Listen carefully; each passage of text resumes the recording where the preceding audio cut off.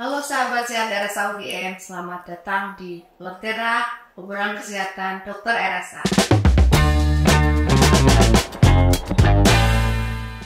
Perkenalkan, nama saya Budi Lestari, dokter penyakit dalam di Rumah Sakit Akademik UGM.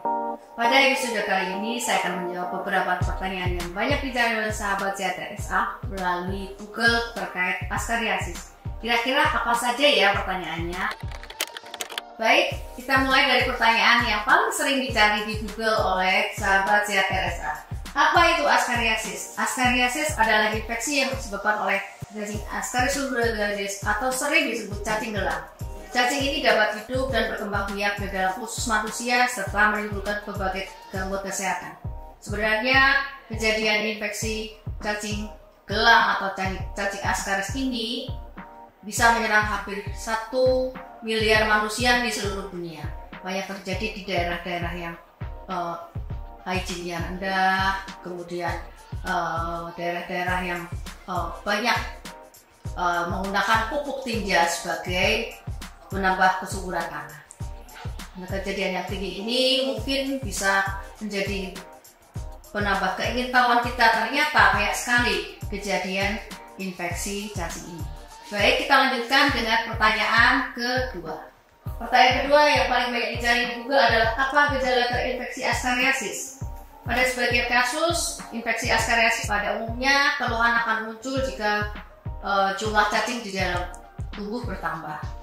Gejala yang mungkin ringan atau tidak ada itu menyebabkan kejadian yang makin banyak, karena begitu jumlah cacing bertambah maka semakin banyak orang yang akan terkena, karena dalam satu hari cacing betina bisa bertelur 200.000 butir telur cacing baru. Gejala yang muncul jika organ tubuh terinfeksi bisa mengenai usus, bisa mengenai paru, bisa mengenai saluran pencernaan yang lain.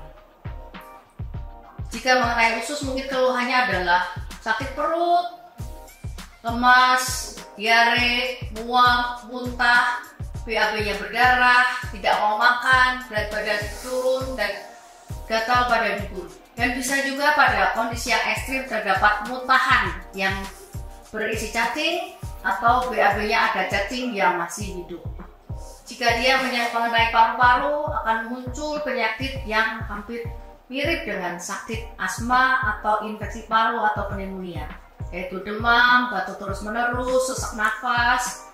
Kemudian pada gejala yang lain bisa menyebabkan usus buntu, bisa menyebabkan infeksi kandung empedu tanpa adanya batu, dan yang paling sering terjadi pada anak-anak adalah gangguan jangka panjang, yaitu karena anaknya tidak mau makan, maka terjadi gangguan pertumbuhan, gangguan tumbuh kembang pada anak. Yang ini mungkin menjadi perhatian penting bagi kita bahwa ternyata kejadian yang sangat banyak dan bisa menyebabkan gangguan yang bisa fatal. Baik, pertanyaan selanjutnya adalah bagaimana Ascaris subtilis atau cacing gelang menginfeksi manusia?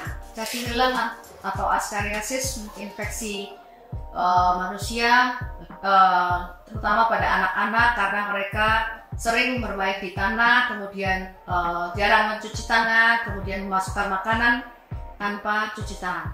Kemudian pada daerah-daerah yang menggunakan feses atau tinja sebagai pupuk, kemudian telur-telur itu terbawa oleh sayur-sayuran dan dimakan oleh manusia.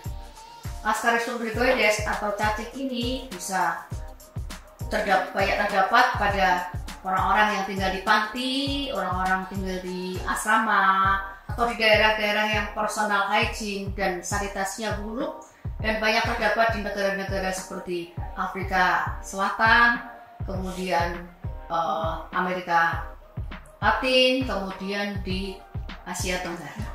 Kita beralih ke pertanyaan berikutnya. Pertanyaan berikutnya yang sering adalah, apakah askariasis berbahaya? Askariasis merupakan salah satu infeksi cacing yang paling sering terjadi di dunia. Sekitar 1 miliar manusia terinfeksi. Meskipun tidak ada gejala, tapi bisa terjadi komplikasi berat dan gejala yang serius. Komplikasi yang sering adalah bisa di usus, misalnya terjadi sumbatan, karena gumpalan cacing, bisa terjadi sakit perut yang hebat, kemudian diare terus-menerus, kemudian penurunan berat badan, gangguan tumbuh kembang pada anak-anak, kemudian kurang gizi.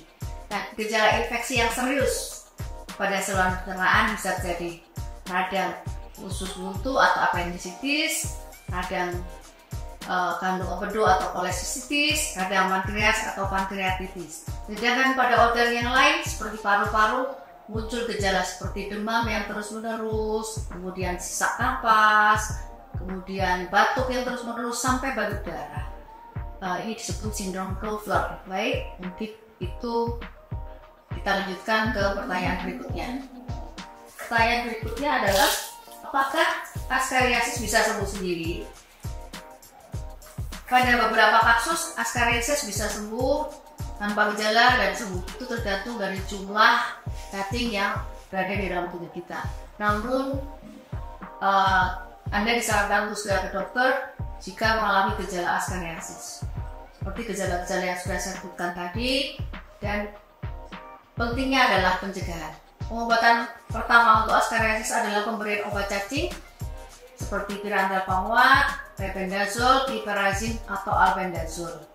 Pada askariasis yang sudah berat akan menyebabkan komplikasi, saya sarankan untuk segera ke dokter. Itu tadi penjelasan tentang infeksi askariasis atau cacing gelang yang bisa saya sampaikan.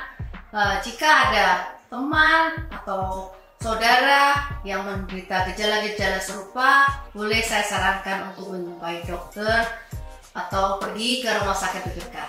Sampai jumpa di episode lantaran selanjutnya.